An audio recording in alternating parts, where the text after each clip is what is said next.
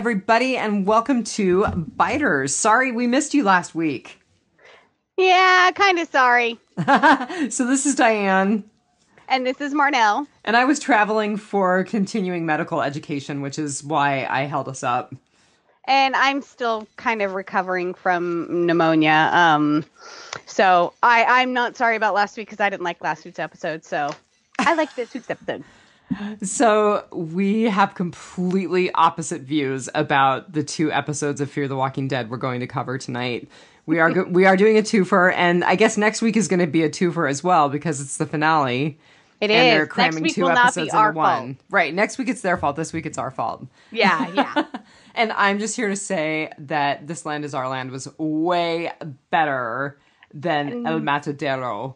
No way. What's funny, though, is I think that they should have called This Land Is Your Land El Matadero because that place really was a slaughterhouse. Thank you. I concur. I do think that they were mistitled. I'm not quite sure what that was all about, but we'll get into that, right? We will. Before we do that, one of the things that we did do this weekend, head over to YouTube and look up Capes and Lunatics. We participated in the SMG online podcast marathon. I do believe we are in part 2 of the marathon, so you can listen to us and you can see what we look like. And Phil Parrish said that you do not look like the badass survivalist you think you are at all, and I quite agree with him.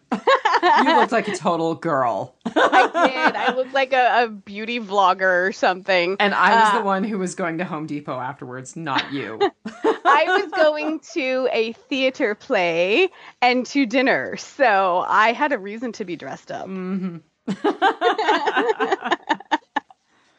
But if you were to see me now, you'd be like, oh my God, who is that fugly woman? Nice. Oh, she looks like she's surviving the zombie apocalypse without lip gloss. Okay, I have to admit, this is probably TMI, but I am wearing my Wonder Woman leggings, my 5-finger toe running shoes, because I worked out on the treadmill tonight, my bathrobe, and a tank top that says, do no harm, take no blank. As in, take no BS. And I'm not wearing anything but a headset and a smile.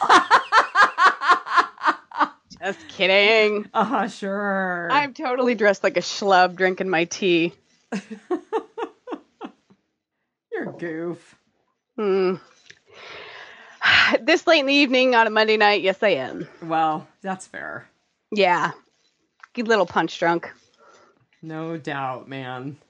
So, This Land Is Your Land. Do you have any numbers for us since we're podcasting late? Since we're podcasting late, I actually have live and live plus 3. So This Land Is Your Land, let's see, it was 2.36 million on the same day. And then live plus 3 was 3.411 million, or 3.411 million views. It was second to American Horror Story in that week for cable. And I have to say, Outlander, which is in its third season, its new season, was 6th. And I gotta tell you, we've been binging Outlander because I read the first book. I actually read like the first 4 books and loved them.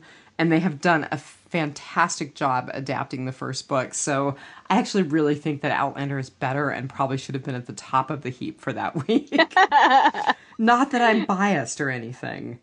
You know, and we actually just watched this week's episode of The Orville and Star Trek Discovery. Oh, and so because we talked about Star Trek Discovery. We talked about this on the SMG podcast. Right. That I'm not digging these new Star Trek like I thought that I would, and I feel really badly because I love, and it's not Sonequa Martin Green's fault at all. Like, she's doing an amazing job.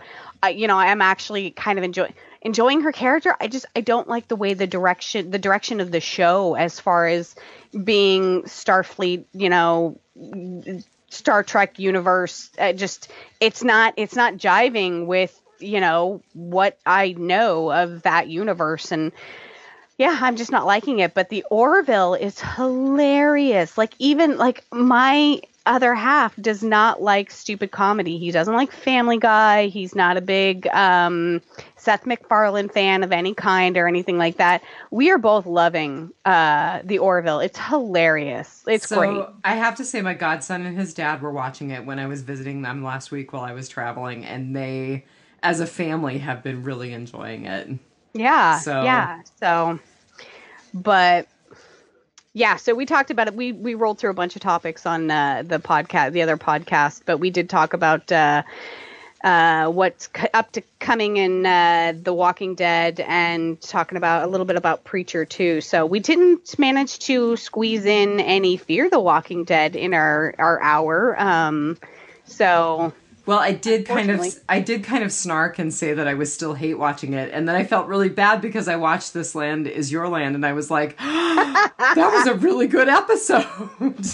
Oh, that's funny. And now there's the whole, we're gonna cross over some characters from the Walking Dead Prime. Well, do we want to talk about that right now, or do we want to save that for Writing Potpourri? Because we have some fan feedback about that. Yeah, we'll save that for Writing Potpourri. I think Brian had some good insight on that. So, and it sparked some good conversation. Yeah. And so I actually, as far as number goes, I think Fear the Walking Dead isn't faring too badly. And especially when you put it up against like Preacher, that's kind of floundering, unfortunately. But I really think that crossover episode is going to be a banner episode for Fear. So I'm hearing some mixed reviews. I'm hearing, why you got to go do that? And then I'm hearing, I hope it's Abraham, or I hope it's the Morales family. Okay, but even the people who are like, why you got to do that, are gonna watch it. Sure, probably. You're probably right. You're going to have people who don't watch Fear the Walking Dead probably tune in just for that episode so that they can see the crossover from the character that they maybe knew and loved from, Walking Dead Prime. So you are probably right. Yep. So, alrighty. Well, so I'm going to go first this time, and my numbers for This Land Is Your Land, it was 4.697 out of 5 perfect timing rescues. Which I think is probably the highest rating I've ever given a Fear the Walking Dead episode. And 3 digits after the point. And my rating for El Matadero was 2.5 out of 5 Ninja Zombie Killers. Oh! So it was a giant letdown after This Land Is Your Land for me. Wow. Alrighty then. Mine didn't have quite the leap in dislike to like ratio. My rating for This Land Is Your Land was 3.7 Alicia's magical knives.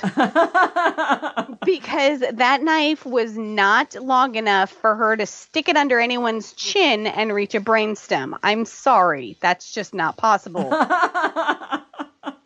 She can stick it through the back of the head, or maybe the temple, maybe up through the eye socket. But she was like going underneath the chin and right at the back of the neck, not going up. The knife is magic. Yeah. You just couldn't suspend your disbelief, huh? No, it irritated me through. And you know me, I'm all about an Alicia fight scene. That's my girl. She can kick butt. And the whole knifing stuff distracted me because I'm like, that would not take down those walkers. Oh, that is really funny. So 3.7 Alicia's magical knives, and El Matadero. Is that how you say it? I think El Matadero. She's got better enunciation than I do. Yeah, I just pretend to speak Spanish. But anyway. I would just make a fool of myself. 4.5 buckets of instant potatoes. 4.5? Oh my God. I gave it a 2.5 and you gave it a 4.5. I know. Buckets of potatoes are a gift, But yeah, 4.5. I absolutely loved it. Wow. I loved it. What do you think your highest rating for a Fear episode has been? Probably not much over 4.5. I think there may have been a 4.65 in there somewhere. But yeah, not much more than 4.5. So this was very close to the be all end all episode for me. Wow. I wonder, did we watch the same episode? I'm telling you, you have them backwards. No, I'm pretty sure you do.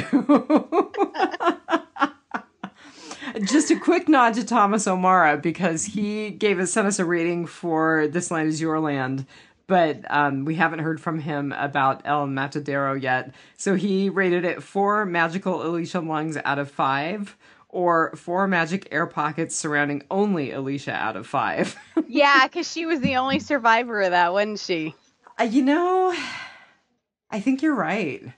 Yeah, unless other people were just out and the people who died previously were like, oh, look, somebody's breathing. I'm going to go eat them. Right? Yeah. Yeah. It was a convenient way to take care of a glut of cast members. Definitely. You know, I don't like the way they did it. I think they could have done it better. I don't like the whole, we'll get into it. That episode just wasn't that great for me. But should you just stop it? I don't like. See, we talked about on the SMG podcast that Dianne and I really do look a lot alike, I think. There's about a 10-year age difference between us, so it's like me and future me, or Dianne and past Dianne. There's like a 10-year wisdom difference. Let's not call it age. But like, I'm like Dianne with longer hair. It's the funniest thing to look at. So go and watch for us. But we're like the Patty Duke show, where one of us is Patty and the other one's Kathy, and we're identical cousins. But like, one of us likes like rock and roll, and one of us likes the stage theater. Okay, you are so totally leaving me in the dark, because I have to admit I've never watched the Patty Duke show. Oh my goodness! Right? You missed Nick at Night. Like, yeah, that was not part of your age thing. That was definitely part of your upbringing and not part of mine. Yeah. I watched Patty Duke and My 3 Sons and Leave It to Beaver, all on Nick at Night. Thanks, Nick at Night. Oh my God. I'm cultured now. It's probably where my love of the arts comes from. I would just like to say, for the record, for those who probably didn't watch and maybe aren't going to go back and watch the marathon, I was the one who looked like the badass survivalist, and I was the one who was going to Home Depot to buy a palm sander after the episode. And what did you look like? If you're a badass survivor, you already owned a palm sander. Well, we actually own 3 now, but 2 of them are on loan to friends who are even bigger survivalists than we are. Oh, that's hilarious. So we own 3 palm sanders, and they're all DeWalt's. Thank you very much. Yeah, Phil and Dianne made fun of me for like not looking like the badass prepper that I portray myself on the shows. But I do have to tell you that, like, for as prepared as I think I am for the zombie apocalypse, like, if I run out of inhalers, I'm dead. I'm dead. So we have to find Guillermo and the people at the Vatos camp. Yeah, the Vatos. Yeah. My first stop in the zombie apocalypse is I'm raiding all the pharmacies in town for the albuterol. But even, I mean, it's got a shelf life. Give me about 5 years and I'm a goner. Boy, well, we'll just have to store a bunch of prednisone in airtight places. Or it can be like on Lost when they solved it with eucalyptus. I know, I laugh at that too. Okay, we've gone way down the rabbit hole, right? Way down the rabbit hole. Okay, so just very quickly. So This Land Is Your Land. It was directed by a woman named Mira Menon. And I looked at her, and she looks like she is Indian, as in subcontinental Eastern Asia Indian. She's really beautiful. And she has only done this one episode of Fear the Walking Dead. She has done an episode of Halt and Catch Fire, which is kind of her connection to AMC. And she was an editor for Larry King on Larry King Now, which those are pretty big chops. It is. I mean, it looks like she's done a lot of everything: cinematography, art department, editorial department, writer. Yeah. So she was really interesting. I'm going to kind of breeze through the others. So the writer of This Land Is Your Land was Suzanne Heathcote, and we've talked about her a few times, so I'm not going to go back to her. The director for El Matadero was Stephen Schwartz or Stephen Schwartz, and we've talked about him. And then the writer was Alan Page, and he is responsible for 3 other Fear the Walking Dead episodes, 100 Los Muertos, and I'm not going to say this right. Again, I don't think I said it right when we podcasted it. Ouroboros. It's the serpent eating its own tail. Oh, yes. That episode. Okay. And so title. So obviously This Land Is Your Land comes from Alicia being in that pageant to sing the song. Right. I think it also really refers to the connection that the ranchers and that the nation had to the land that they were on. Yeah, and as the song goes, "The land is your land, this land is my land," and it's not anymore. It belongs to the dead now. Right. And that was kind of, I think, a sad counterpoint in that episode and to the title of that episode. So I thought that was really cool. Did you catch why they named El Matadero what they did? I mean, I'm not quite sure why they named that one the slaughterhouse. I agree. This Land Is Your Land was actually about the slaughterhouse. Well, the slaughterhouse was where Nick and Troy went for the drugs. They were told to ask for the butcher. Oh, okay. Yeah. So that little hedonistic den of sin that they were in with all the people smoking out of very hedgy looking pipes. That was the slaughterhouse. That was the slaughterhouse. That's where the waitress told him to go and ask for the butcher. So I have to tell you, I mean, I really honestly, and all joking aside, was so let down by the second episode that we watched that I couldn't even get into it. I just couldn't attend quite as readily to it as I did to the other one because I so enjoyed the first one. Okay, and I watched El Matadero 3 times. Oh my gosh, that is really funny. Oh, this is hilarious. So maybe I need to watch it. I feel like I'm podcasting with Brian again. Are you prepping me for podcasting with Brian in a couple of weeks? I'm trying to keep the two of you from destroying the planet. So, breaking the internet maybe, but destroying the planet, no. Yeah, so, no. I don't know, man. Maybe I need to go back and watch El Matadero again. And the other kind of symbolism that I saw in This Land Is Your Land is part of the lyrics are, "I roamed and rambled and I followed my footsteps." And what do we see happen with Alicia? She breaks away to roam. That, one of the things that she tells Madison is, stop pretending that one place is safe. It's not. We keep searching for something that doesn't exist. We kill for it and we die for it. You know better than anyone. It doesn't mean I have to choose that. So, she doesn't want to stick to any one place. And I think that, maybe I'm reading a little too much into it with the lyrics, but, I think she's ready to, get out there on her own. Yeah, we'll get into that. So I did do a featured cast member, and I was feeling a little guilty. I was like, it probably should be Mercedes Mason. It probably should be Ophelia. But I actually really liked the character of Christine. Yes. Okay. Christine. That was the woman that Alicia really bonded with in This Land Is Your Land. Yeah. I was thinking that one of the things that we are lacking are the moments in between the fighting with the kind of talks with people and the stories we tell and the things we learn about the characters. And I really liked, even though they were both kind of dying at the time, and it almost seemed like they were talking to themselves instead of each other, Maybe she was talking to her younger self. Yeah, I really liked their interaction. Well, and I have to say, I was thinking about why did I like This Land Is Your Land so much? And I think that interaction is probably the reason. And it really goes back to some of those moments in Walking Dead proper where we don't have that big action and we've really got that bonding and disclosure and serious conversation between our characters. And it's lots of character development and it's very meaty and very meaningful. And I really think that was one of the reasons I was so attracted to this particular episode. Just saying. So anyway, Christine was played by a woman named Linda Geringer, and she's one of those actresses who's been in like a little bit of everything, but you don't necessarily remember who she is. Right. I mean, totally a character actress. She's kind of got the standard CSI, NCIS, Law and Order. I mean, she's kind of got those runs. But she was in American Pie.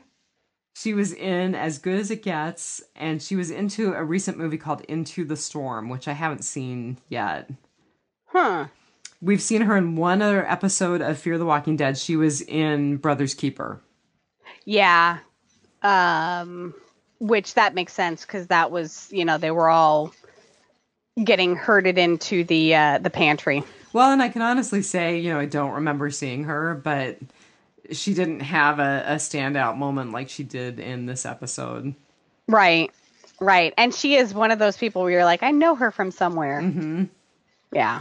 So the couple of things that I highlighted in her history, she had what looks like a fairly substantial character run on Justified, which I never did really dive deeply into, but I know it's gotten really good reviews from people who have spent the time with the series. Okay, so I watched all of season 1 of Justified, and I really, really liked it. And I think they I don't know if they moved networks or if they moved days or times or something, but I just couldn't hook up with season 2.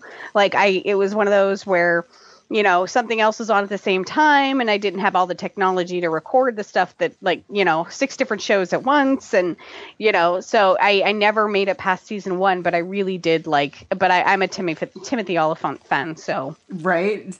Yeah. Now, he is in Santa Clarita Diet, right? He is. Okay, that's what I thought. Yeah. So the other thing that I wrote down for her that I thought was really funny, and this kind of shows you some of my 90s political geek, but she played the Attorney General Janet Reno on Ally McBeal. Oh, my goodness. Yeah, she had a little bit of a guest run as Janet Reno, and then going way back in the day, she actually was on Dallas from 1985 to 1987. So wow. She goes way back. Yeah. That's crazy. So props to Christine, who unfortunately was only with us for the one episode and the one mention in Brother's Keeper, but I really liked the character, and I thought the actress was really great. Awesome. Got anything else before we head into our good, bad, and ugly? I don't. I'm saving it for Rotten Potpourri. All right. You go, girl. Why don't you take the first good? So my good, and it's always my good, is my Alicia. I just love that girl. She's my fighter. I say kill off everybody else and we just do the Alicia show. And I have to tell you, so we kind of waxed poetic about how cool it would be if Alicia and Ophelia took over, and look what happened, man. Ophelia died, but Luciana's still out there. It could be the Ophelia and Luciana show. It could be. That's possible. But what I'm actually hoping for now is the Alicia Diana show. I had some negative stuff to say about This Land Is Your Land because of Alicia's magic knife, not her fault. But, in Brother's Keeper, she was kicking butt. In This Land Is Your Land, she's kicking butt. In El Matadero, she's got some great moves. I mean, running up the slide and jumping into the ball pit for cover. I mean, she's got some moves in her, she's thinking ahead. She's one of those that whenever she walks into a place, she's always, paying attention to where the exits are and, what's the closest thing that I can, stick through somebody's eye socket, Although I do have to tell you, when she jumped into the ball pit, Nick was like, no, because he totally knew something was going to be in there and get her. See, and she's jumping into the ball pit, and I'm going, you're going to get E. coli and die. And sure enough, there was a dead girl in there, and I'm sure she died of whatever she caught from the ball pit. Those things are nasty. Don't let your kids in ball pits. I'm not a parent, but I know. Don't let your kids in ball pits. They're petri dishes. Just let your kid go lick a petri dish. It's safer. But no, I absolutely loved Alicia in both episodes. I've loved her for the last 3 episodes, last 3 seasons. Well, okay, the last 2 seasons. I was actually thinking about it, and I'm like, I remember a little Alicia. She reminded me of Carl, where she was always running off on her own and getting into trouble. And, Well, maybe. I remember the kind of creepy, I mean, she had kind of a creepy vibe with Nick early on, kind of an incestual vibe, and she kind of had an incestuous vibe with Chris, too. I think Chris had the incestual vibe with her and not the other way around. But yeah, she did kind of have like a little more, because I remember Chris was like peeking in on her when she was dressing up at the neighbor's house. Yes, that's what I was thinking of too. Yeah, but her and Nick have always been really close, but not like brother-sistery close, like second cousins close. Like kissing cousins close. Ew. But no, I think they really developed beyond that. But I mean, they never had, I don't think they really had a true brother and sister relationship, because as far as her recent, history that she can really remember and relate to, she was always caring for her brother, So, but I think at the moment they have gotten past that. We'll see what comes of Nick's little foray back into Vicodin land, but yeah, I just Alicia is like, seriously, just make it the Alicia show.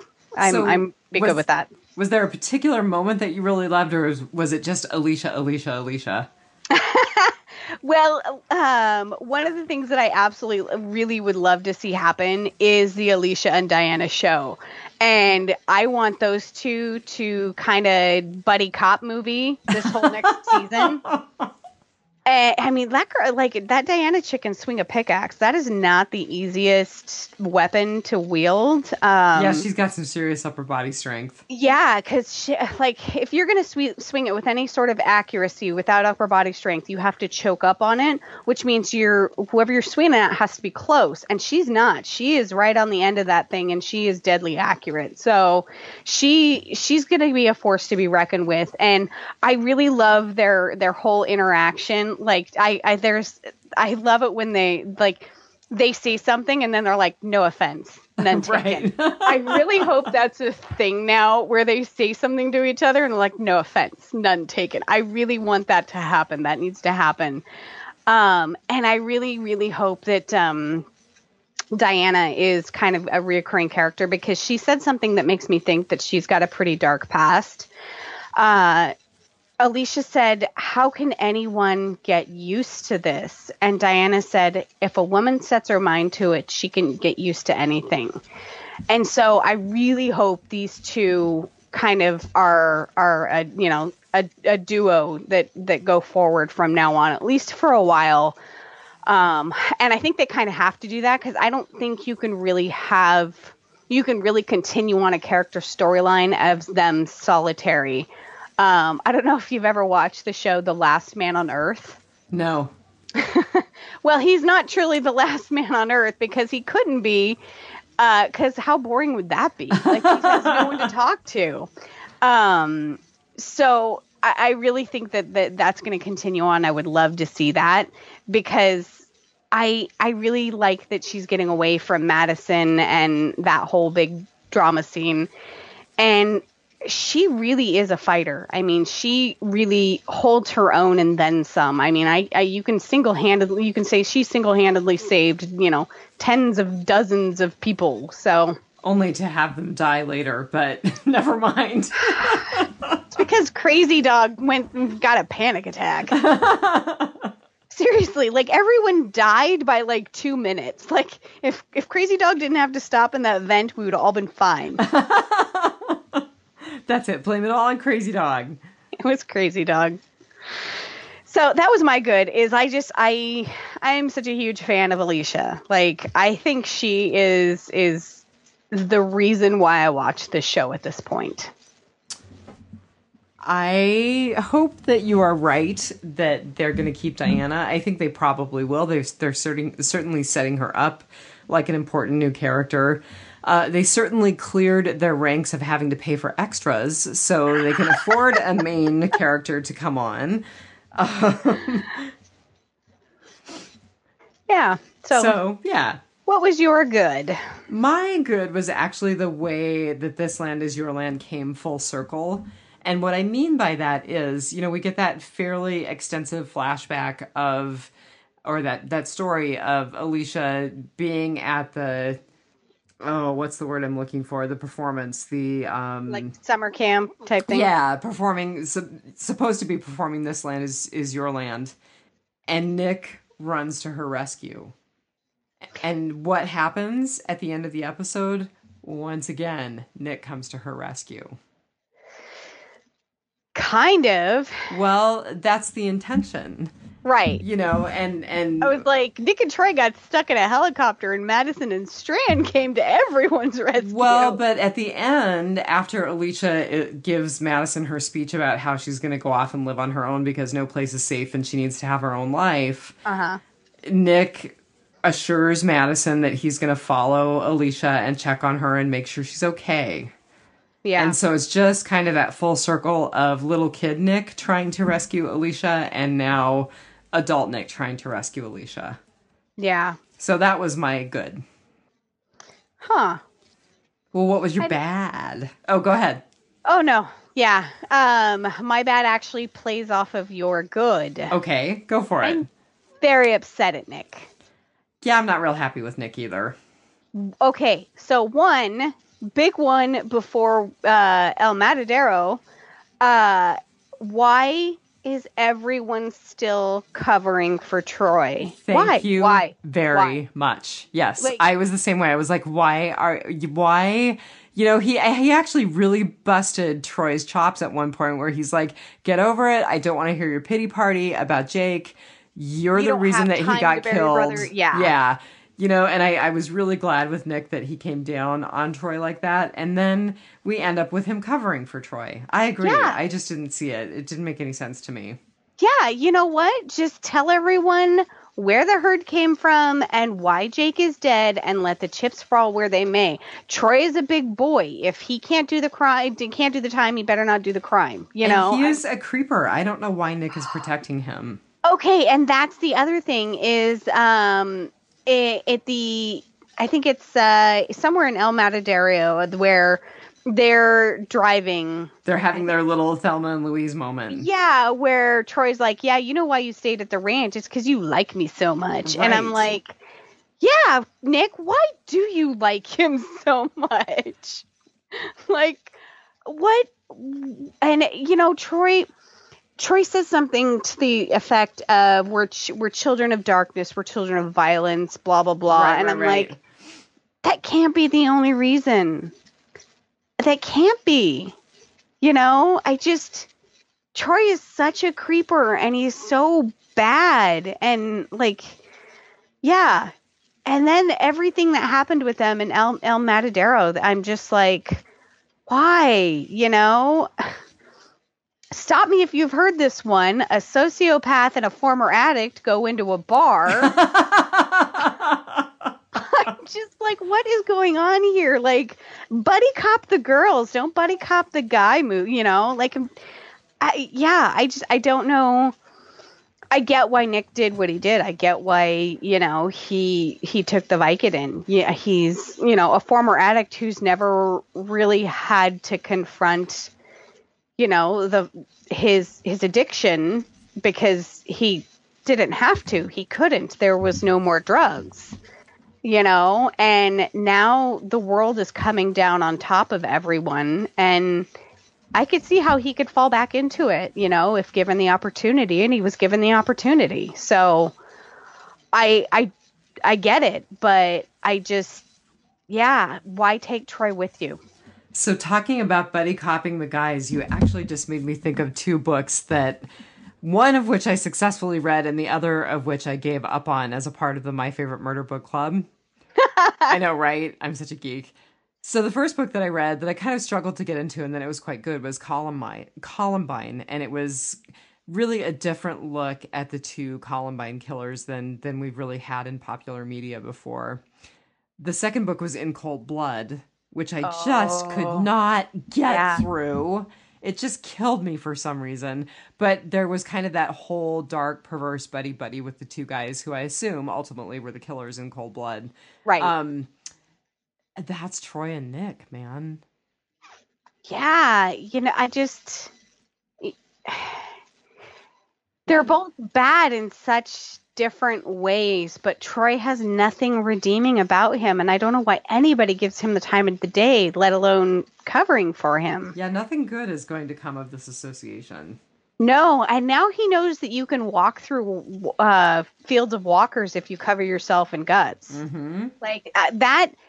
I for some reason I feel like that whole thing was set up to show him that, and like the look on his face when Nick is like, just walk slow and stare at the space between atoms, which is a great line, by the way. Yes, it was. I agree. There were some really great lines in both in the shows. There's some really good writing going on, but the look on his face was like a light bulb went off, and it was like a sinister light bulb.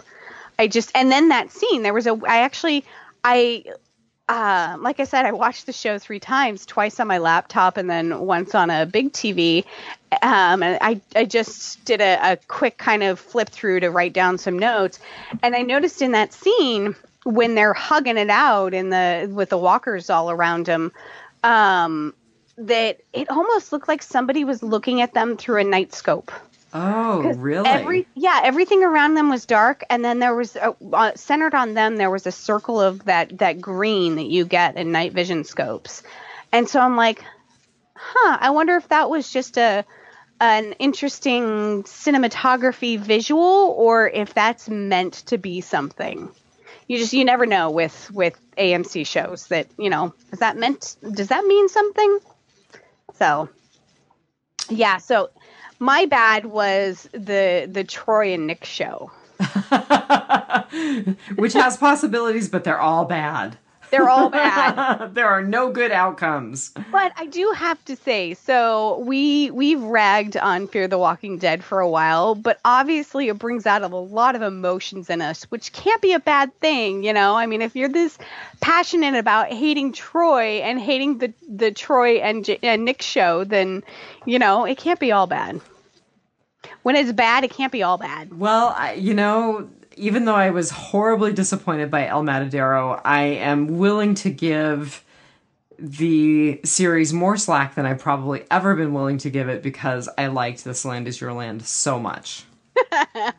And that is saying a lot. So now you get to tell us what was bad about it. Well, so my bad was Alicia's decision to go it alone. And, I don't like it because it separates the character from the main group and it sets up that whole dynamic again, although it does look like they're using it as a way to bring Diana into the show.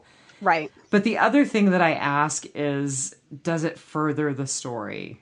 Is it only a mechanism for bringing Diana into the story, or is there some way that Alicia separating from the main group furthers the story? Okay, so I don't think so. So here's why, is because we were at the ranch for so long, and the only, and then we kind of incorporated the dam, and then it was like, okay, just outside of the ranch we have walkers, people, which, by the way, I have to say that I'm so glad we're calling him Taka now, because calling him Walker was really lame.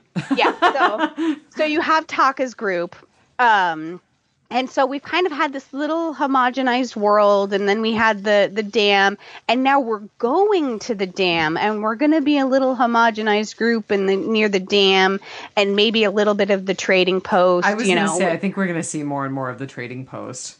And so I think Alicia going off on her own is a way to expand our universe and have more storylines, but eventually, of course, we will wind up back together.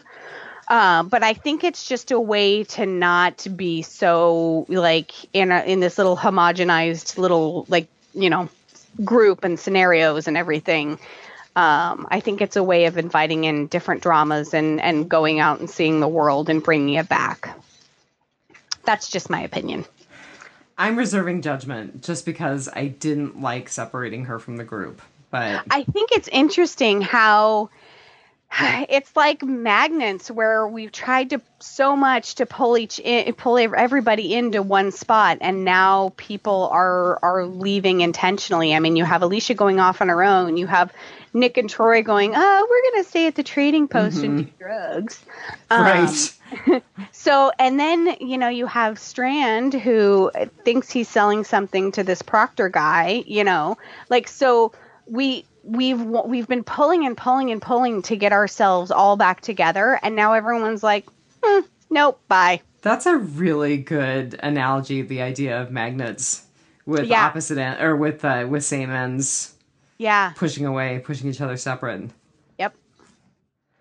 Well, so what was your bad? Was it a good bad, or was it, or what was your ugly? And was it a good ugly, or was it a bad ugly? So my bad was, your bad ugly. Your ugly is bad. Yeah, well, and where was it? It was Ophelia dying. Don't get me wrong. I'm okay with her dying, but I even wrote down, I was like, I don't know if I like that she died before she got to say goodbye, or if I hate it. Because it would be so, we always talk about how it would be so real for somebody just to leave the group, right, and us to not have closure. Right. And so, that would be such a real scenario where she's on her way back to see her dad, and she dies before she gets there, and there's never that closure. So I like it because of that, but I also hate it because I did really want them to have that closure. And I'm really, really mad at Madison for lying to him. Because what Ophelia said, Madison said, "Oh yeah, she said I love you." Right. And what she really said was she was looking forward to getting to know him. Yeah. Yeah. And which so Madison did tell him that too, but only as kind of an afterthought. Yeah, it wasn't the headline that it should have been. Yeah. And so I don't know how to feel about Ophelia dying without Daniel being able to say goodbye, or vice versa. I think I'm just really disappointed. I really feel like, they spent all of this time kind of keeping Mercedes Mason separate. They spent all of this time doing the whole, where's Ophelia on Talking Dead. And they actually had started to develop her into a powerful character, a woman in her own power, and then they kill her. It was a waste. It was a big waste. And, we just never get any resolution with her. And I know that we've talked repeatedly about how the real thing is you don't get resolution in some circumstances. But I don't like them killing her. Yeah, and I mean, was she a moral compass at this point? I mean, no, I don't think so, because she did the anthrax thing. Even if she wasn't meaning to kill anyone, I think that she pretty clearly showed that her allegiance was much more to the nation and not to the original group of survivors that she was affiliated with. Yeah. Yeah, because something that Troy said earlier in one of the shows struck me when he said that, Jake died because he was so too good. Yeah. Too good. And he, for as much as Nick wasn't having it, I'm like, he's a little right, because it's not the good people that are going to survive this. And Ophelia, anthrax thing aside, I think that ultimately she was a good person. I mean, she started out as such a, Pollyanna goody. She was so sheltered by her parents that, I'm surprised she made it this long. And you're right. It was a real waste of a character, of a storyline. So yeah, I'm disappointed in her death, and I don't think that her storyline with Salazar was tapped out. No. And we just lost Jake. I don't think we needed a loss again. I thought she was bit. I thought when Crazy Dog collapsed and the walker came down on top of her, the way that she screamed out when the walker was on top of her. Uh-huh. But then she recovered so quickly that I was like, oh, maybe she wasn't bit. And I find it very interesting that she hid her bite after they had just gone through the whole thing of forcing all of those other people to admit that they'd been bitten. I think that she thought that she might have been on a suicide mission too, though. But Right. no, like that's that's no. If you get bit, you need to disclose that, and that's something I do want to talk about in Rotting Potpourri. But it was interesting that she tried to hide it from the group. I really think that she was just trying to get back to her dad. But she didn't know right after she had been bitten that her dad had survived, but she knew well before she started showing symptoms. Right, right. I mean, if you're bit. Yeah.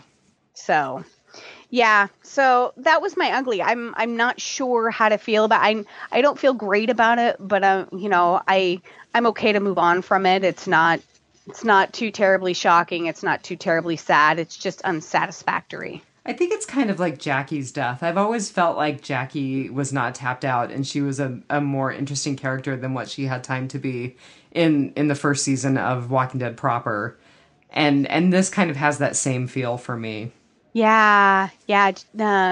She stayed behind at the CDC, right? She did. Yeah, that was that character. Yeah, that was again just a very unsatisfactory end. Mm-hmm. Yeah. So what was your ugly? So my ugly was a good ugly, and it goes back to what started our good, bad, and ugly, which is the relationship between Alicia and Christine. Okay. I just really, again, felt like there was so much depth there, and actually so much more depth between those two characters in, 10 minutes? Mm-hmm. That I feel like we've actually seen between Alicia and Madison in the whole series.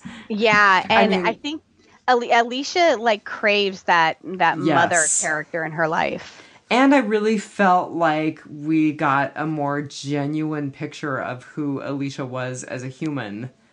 More so than she's been with Madison, more so than she's been with Nick, more so than she was with Jake. Every once in a while, they'll show us flashes of that for Madison. And You mean Alicia or you mean Madison? I'm sorry, Alicia. Mm-hmm. Yeah.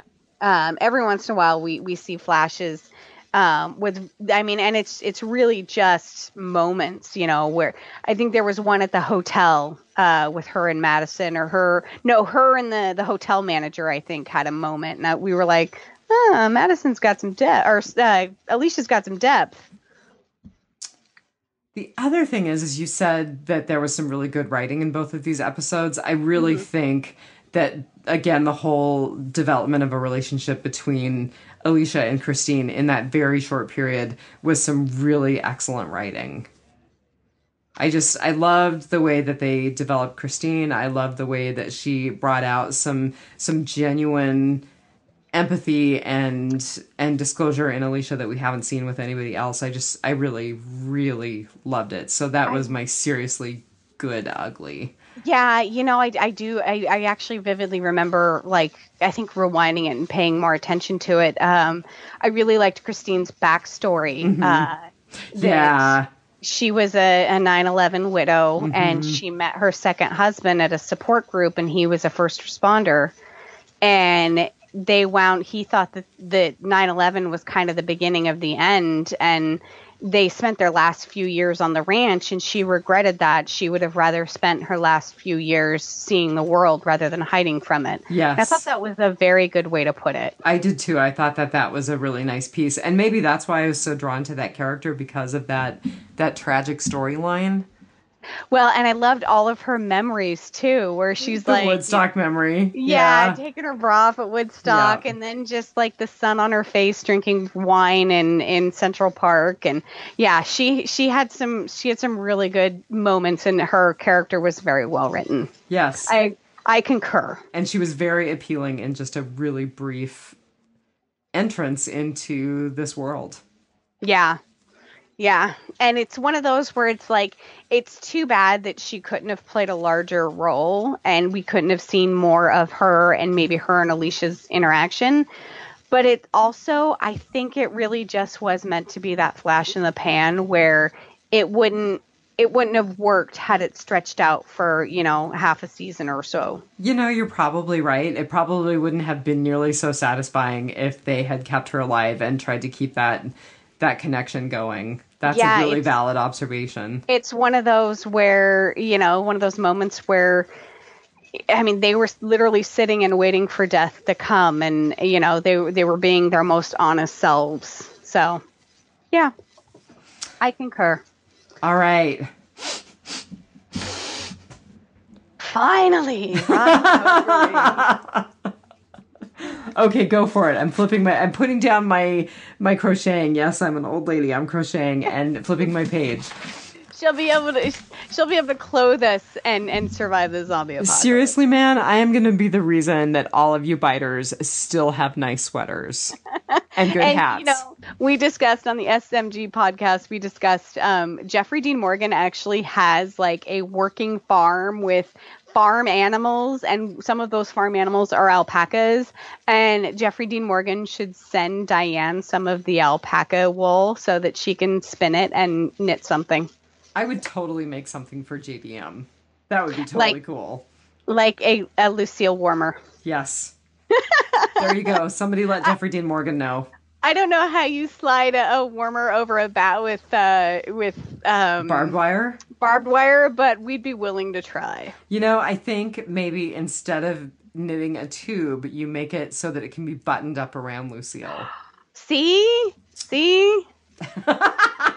Okay. This is the kind of ingenuity that you survive the zombie apocalypse with. Truly pathetic. So, before we decided to podcast these 2 episodes together, I had written out my goods and my bads in both of my notes. And so my original bad was the survivors in the pantry. Well, the whole pantry thing to begin with. But the survivors in the pantry who went in there and they're all sitting around and they're like, turn on the air, and they're all drinking the Pedialyte. And some of them are bitten and not disclosing this. Like, these people are not new. You know what happens when you are bit and you are putting the entire group at risk. At the very least, you come forward and they lock you into the little armory cage, so that like if 1 or 2 of you start turning, you only kill the other people who have been bitten and not the rest of the group. Although Alicia is really fortunate ultimately that they didn't lock everybody into the armory. Right. But I agree. I mean, it's never a good idea to hide your bite if you're interested in the survival of the rest of the group. I'm running towards the pantry, and something grabs a hold of me and takes a chunk out of my side or my arm or whatever. I hope that I would be that person that in that moment where I'm like, I'm on borrowed time at this point anyway. Like, there's no point in me getting to the pantry and getting in there because I'm a goner in a few hours, maybe a day.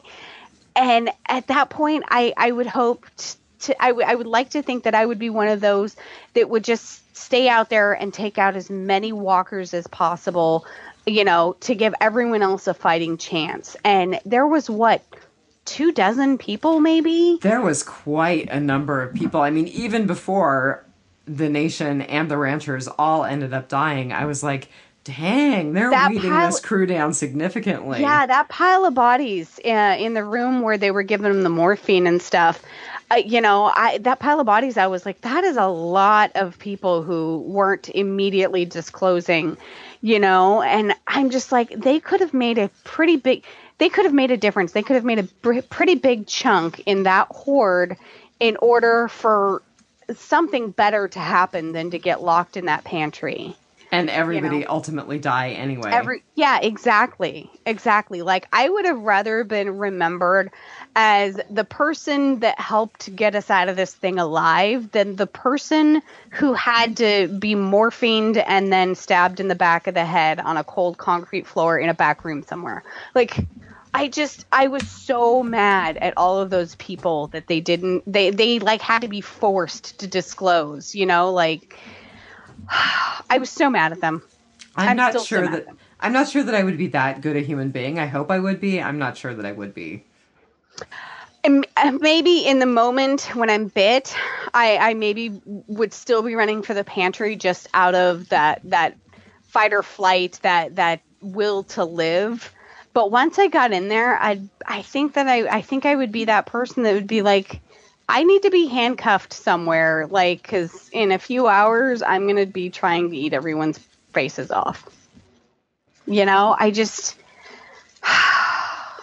I'm always, for the good of the many, Yeah. So speaking of everybody dying in the pantry, what about Taka losing his entire nation? Yeah. He seemed pretty sanguine for someone who just watched his entire people die. He said he was raised on loss and he got very good at it, but there is such a thing as too much, and so I don't know if he's fully processed it yet. Probably not. I mean, that's a huge thing. Yeah. Yeah. And then losing Ophelia on top of it. Yeah. Which, paves the way for, God, what did I call it? Basically Madison and Walker. Since we can't have Matastrand. Why can't we have Matastrand? That's not the way that Strand swings. How do you know? He could be one of those ambisexual people who just really loves the person who doesn't love the body, loves the spirit. Okay. Pansexual, maybe. There you go. I am totally not giving up on Matastrand, although Thomas O'Mara said the funniest thing, and I'll have to remember it when we go onto the Biters page to talk about feedback, because he's shipping an entirely different relationship. Yeah, no, I don't see Walker and Madison getting together. Oh, no, me they're either. just, they're way too different. Yeah, I would put Troy and Madison together to work out their mommy-son issues before I would put Walker and Madison together. Dude, that's so seriously gross. Not that I want to see that at all in any way, shape, or form, but I think it has more of a chance just because both of those people are messed up. By the way, even Chris Hardwick is squicked out about the Madison Troy relationship. Yes, he is. Yeah. Yeah. Very weird. So, what have you got? Oh, my goodness. Well, let's see. I did write about Jake being the moral compass and all of that. I had to laugh. So poor Alicia in This Land Is Your Land, I wrote, Alicia gets to give all of the good news. Because, she was like, okay, so we only have enough water left to live for 6 weeks. We only have 2 hours left for all of us to live. So if you're bitten, step forward so I can kill you now. Okay, so by the way, how did she do that math? I was totally wondering the same thing. I'm glad that... I'm like, okay, maybe the square footage divided by the amount of oxygen that everyone breathes in and out. I'm like, what? Is that Common Core? What's going on? Okay, so she's pretty young, right? And I'm not dissing people who are young, because God knows we probably have a lot of really young listeners. Bless you. Thank you for knowing what a podcast is. But I have a freaking master's degree. I do algebra almost every day. I couldn't have calculated that. Yeah. So, just saying, I agree. I'm not quite sure how she figured that out. Okay. She's got a magic knife and, wizard level math skill. She is like Good Will Hunting. How do you like them apples? I like them apples just fine. I really liked the imagery of her waking up and finding the food cache full of zombies. I really enjoyed that. Except for the fact that she was the only one. So they could have made one other young person survive. Yeah, just so I do that, agree. I think to make it more realistic, and God knows I want realism in the zombie apocalypse. At that point, they could have killed that person with the zombies that were running around. Like, they didn't have to keep them. But, like, just have one of the 8-year-olds wake up or something. Like, everyone under 20 survives, but then gets killed by zombies. I think it would have been totally more realistic and more appropriate to have a few survivors as opposed to just Alicia as a survivor. Yeah, definitely. Yeah. What else? Do you have anything else? So... I'm going to go back to the pantry. Like, that whole thing made me angry. I watch Doomsday Preppers. Like, you are a Doomsday Prepper. And I know it was quote unquote built as a pantry and not like a bomb shelter or anything that you live in, but you should have a second way of getting in or out. Like, there shouldn't have just been the one door. So I'm reminded of a Doomsday Prepper that comes to mind where it was a very similar setup where you had the big storm doors and everything, and the staircase down, and you have this big space and everything. But then there was like another room that like it was like a tiny little utility room or maintenance room or something, probably 10 foot by 10 foot, and in the ceiling of that room, that had, just as big and heavy door guarding it, blocking it, was this large pipe just big enough for, one, it could even be a larger person, going up this ladder, and the door actually opened in, and so it was covered in dirt. So it was a secondary entrance that was like, half a mile or a mile away or something, that was disguised. I mean, if you could drive over it, you could walk over it, you wouldn't know it was there. But as soon as the latch from underneath, or the hatch from underneath, opened up, of course, all the dirt comes down on you, but that's fine. It's not really that much dirt. But you have a secondary way of escaping in case your first entry is blocked. It certainly does seem like someone like Jeremiah, who was so paranoid, would have thought about that. It certainly seems like Jeremiah Otto would have thought of that. And all of the other people who helped him found Brokejaw Ranch. Yeah, and it's not like there wasn't technically a secondary way to get in anyway, because that walker fell into the blades of the fan pushing the air, which is why we had to go into the air ducts and save everybody, even though it was just Allison and Crazy Dog and Ophelia that wound up getting saved.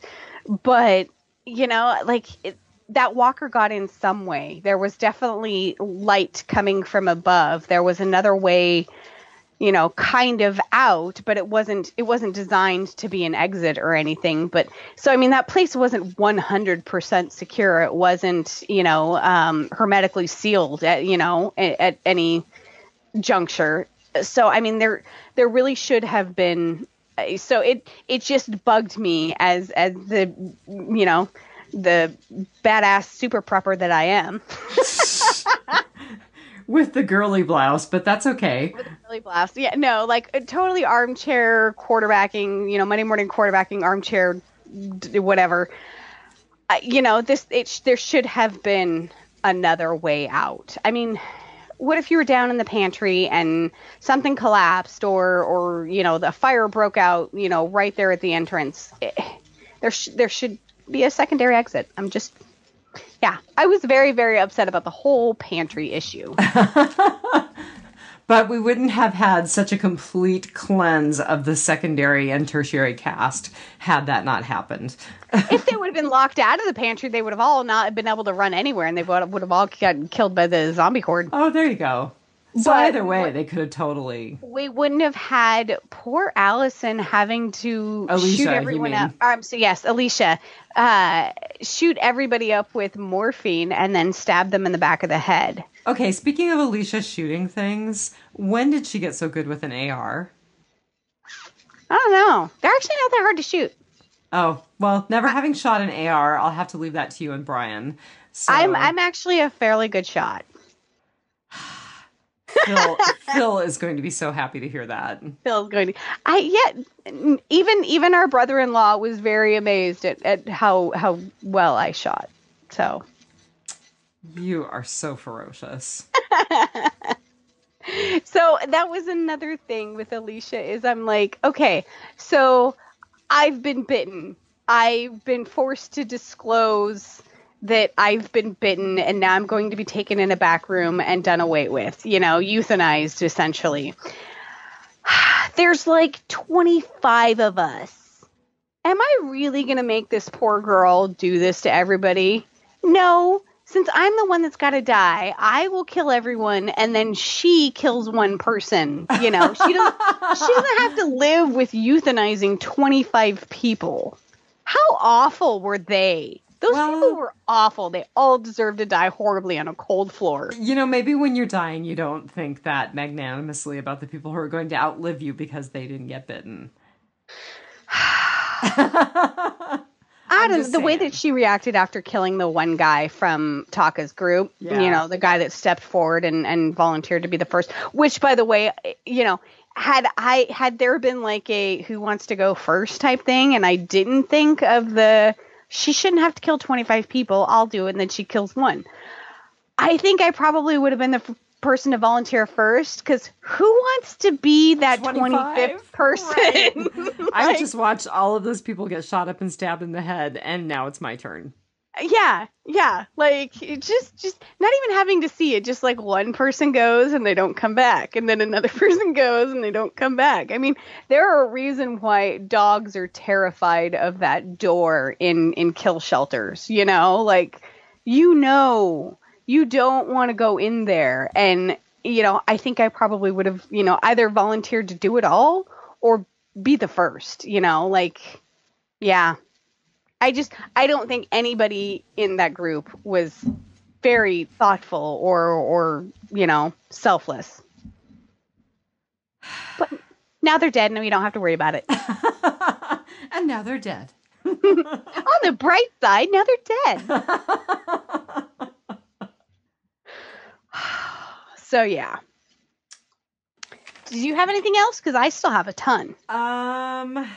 So I thought that the drug den, which you now tell me is El Matadero, thank you very much. The slaughterhouse. It was kind of a flashback to where Nick woke up in that church. The color was very similar. The lighting was very similar. I just thought it was a really good callback to that very first time that we saw Nick. Right, and he was already on Vicodin and tequila at that point, so he had kind of that very, high look to him, so yeah, I thought so too. I was like, how full circle have we come? Mm-hmm. Yeah, definitely. And just saying, I wouldn't eat anything's adrenal glands. Gross. Especially when it comes in that blue liquid. Unless that's Listerine, no thanks.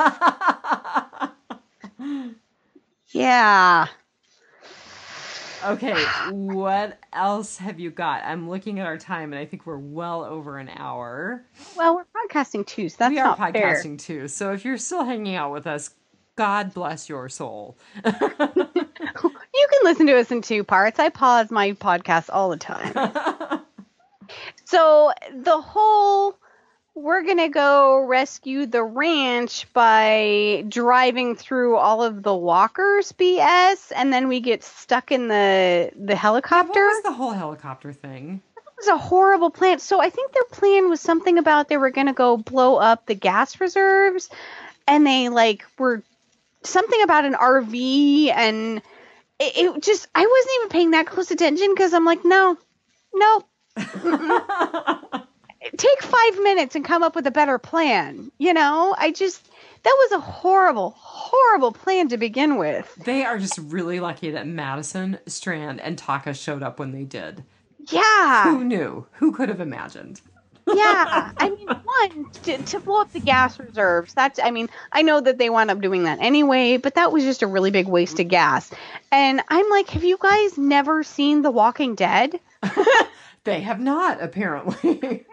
Although there is going to be an opportunity for some shared information. All you have to do is drive around with your car alarm on, make a whole bunch of noise. I mean, you could even beep the horn. I'm sure that would work because, that little magical beeper thing in the other episode worked.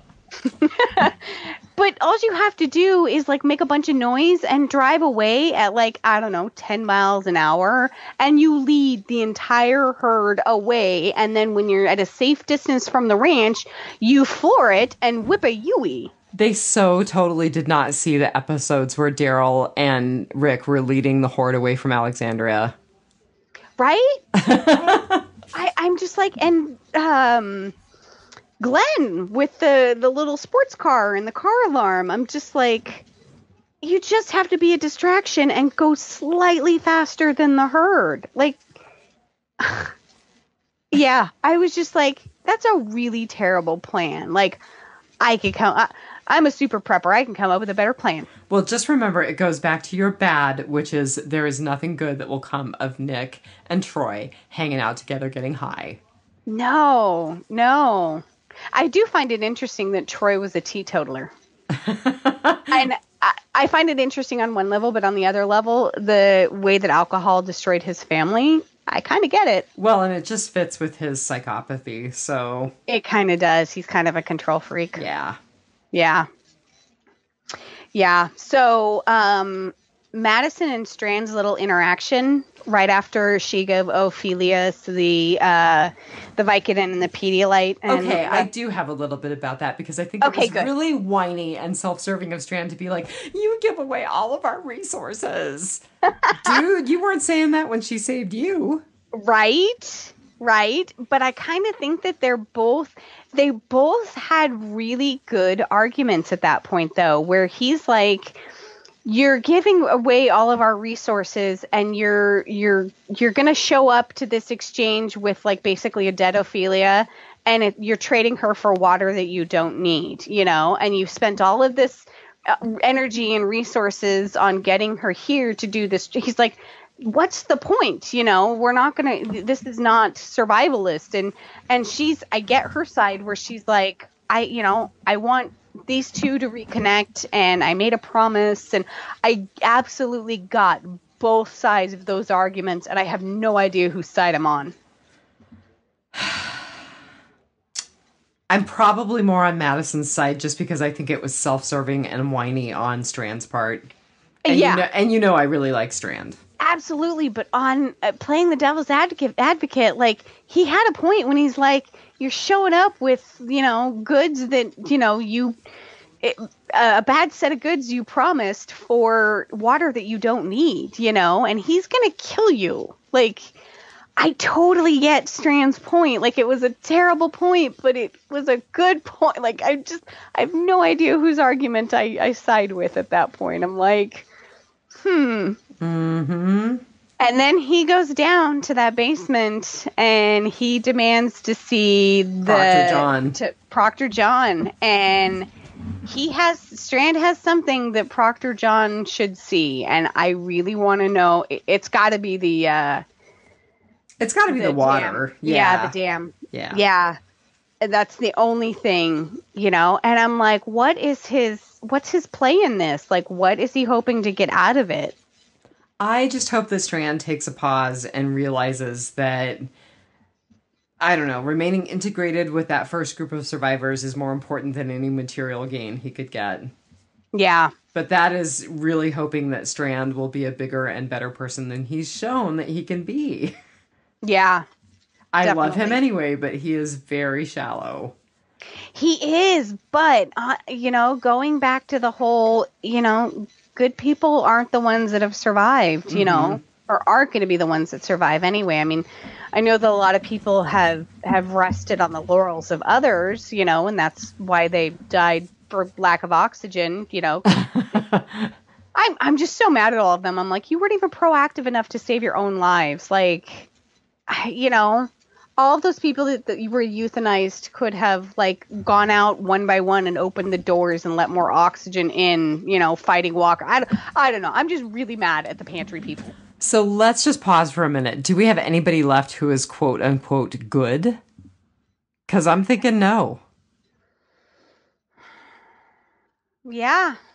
I don't think there's anyone that's, I consider Alicia good, but, she's had to do a lot of really bad things. Well, and now she's off in a whiny little snit by herself So I don't think it's a whiny little snit. I like it. Like when Nick and Troy caught up with her and they're sitting around the fire and Nick's like, "This is crazy," and she's like, "I've seen crazy. This is kind of nice," where she's away from everybody, and she pointed out that he's like, "There's safety in numbers," and she's like, "I nearly died in a room full of people." Okay, look.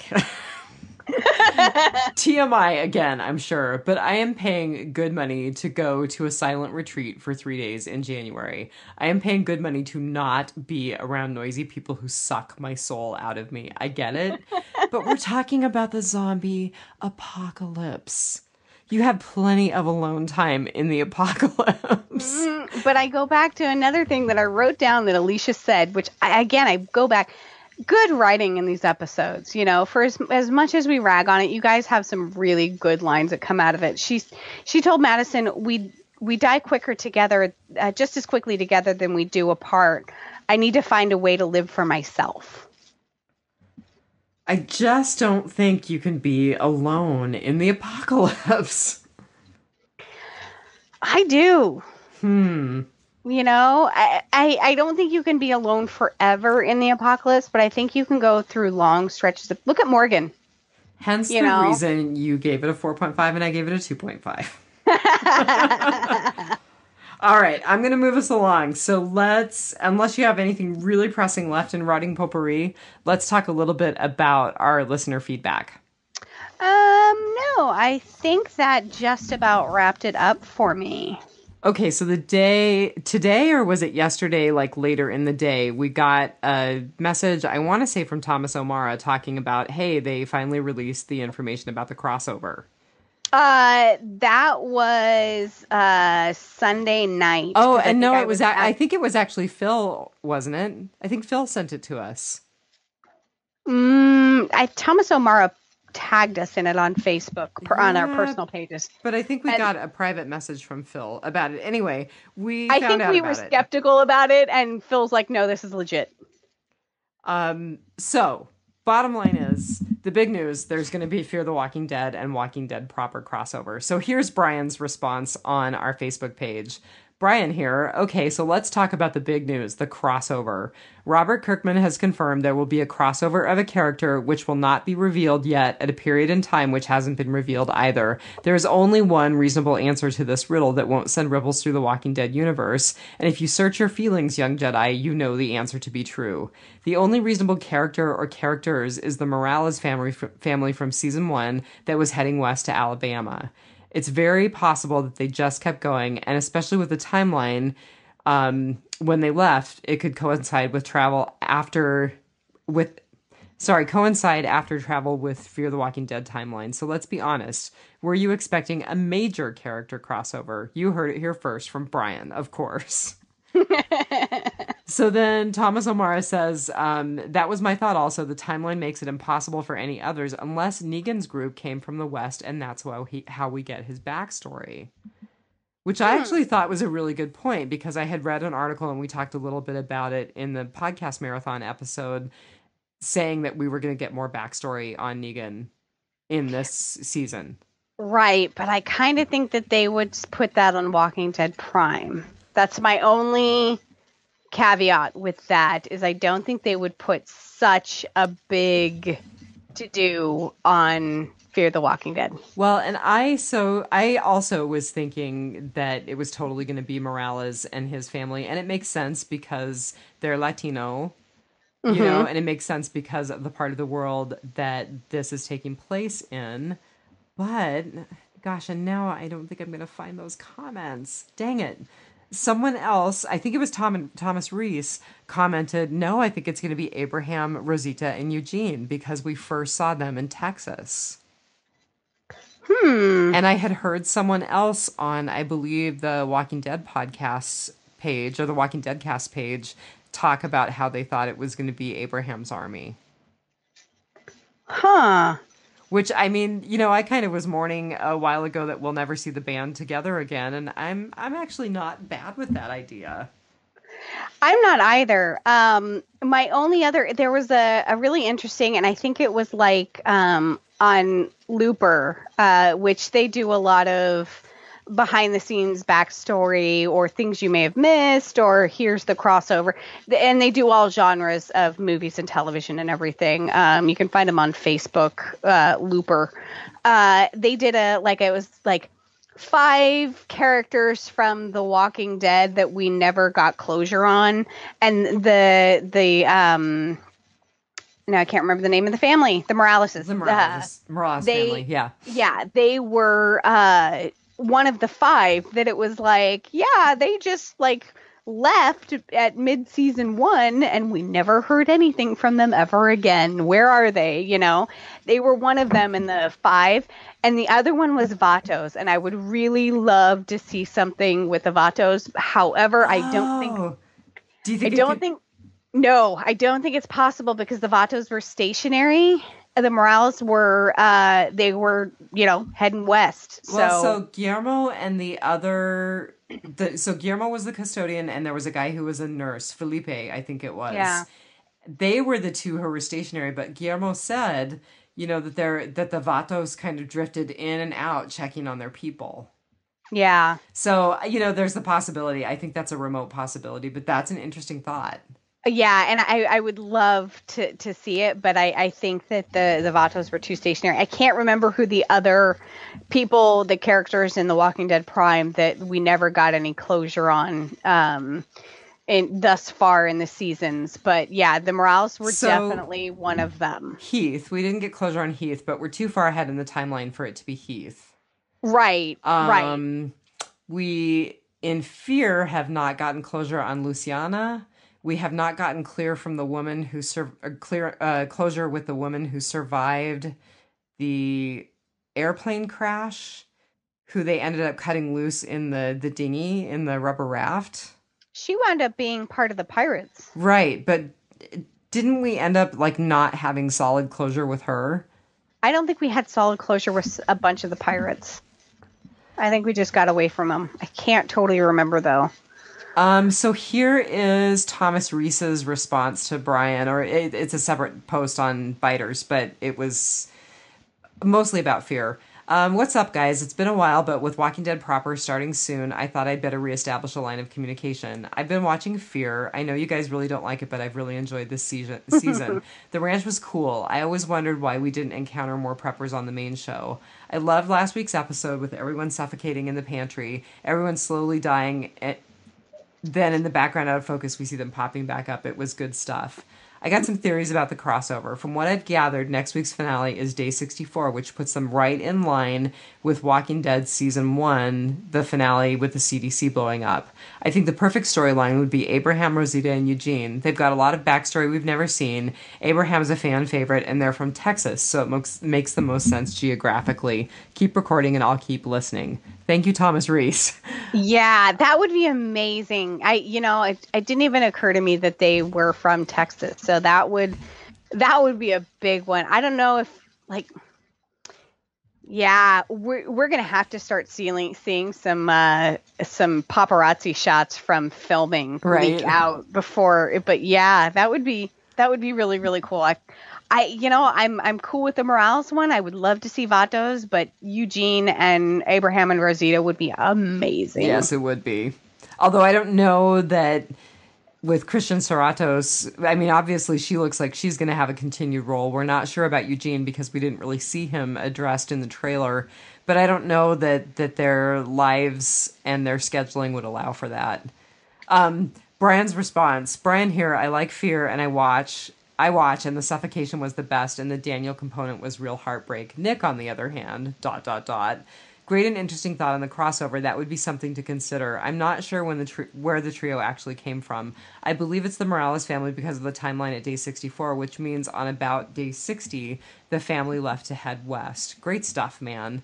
And then Thomas Reese says, the Morales family has always been in the background, but who would tune in for that? Abraham, on the other hand, I think they'd get a nice boost from the proper viewership for a mother dick or two. And then someone who I don't think we've heard from before, a guy named Kyle Olson said it's going to be Glenn. And I was like, Kyle, tell me more. What makes you think it would be Glenn? I'm not disagreeing. I just want to know how you square that. Yeah. So, and just before we let go, so Thomas O'Mara, his comment was really funny. So I said that I was still shipping Madistrand, and he said, I certainly wouldn't mind seeing Lucille meet Madison. And I had made the comment that I was shipping Madistrand, and he said, I'm shipping Lucillison. That sounds like a new antibiotic or something. Right. Oh, that's funny. Yeah. So they can kill off that's how we'll do it. That's how Negan comes to be. That he kills off all of everyone. Fear. Yeah, he That's kills how off we wrap it up. He kills up everyone but Alicia. And Alicia is his first experiment at having multiple wives. Oh, I like it. I don't know if she'd go for that. I like it. Although a woman can get used to anything if she sets her mind to it. Oh my God. So his first two wives are Alicia and Diana. There you go. Okay, now we're getting into spooky chef territory. Hashtag spooky chef. And we are almost an hour and a half into this podcast, so I am going to call it. Alrighty. Because I have to work and I still have to pay bills and meditate and do all of those adulting things that have very little to do with watching The Walking Dead. Yep. And we've only got one more, technically 2 episodes, but 1 more week left. Right. One night of fear. And then you and Bri will take the first 2 nights of Walking Dead proper. Prime. And we'll figure it out from there, right? Yep.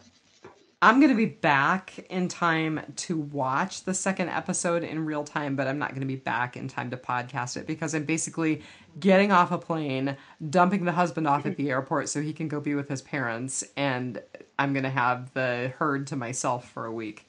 So, man, unless you want to come up and feed horses, I'll pay for you to come up. Take a break, man. I don't have any leave left after having pneumonia. Right. That's one thing. I was when Ophelia was going into the trading post and she was trying not to look sick. I'm like, oh, people would be trying to stab me in the head left and right. Well, you totally should have listened to your big sister and gone to your healthcare provider, but I should have. I should have.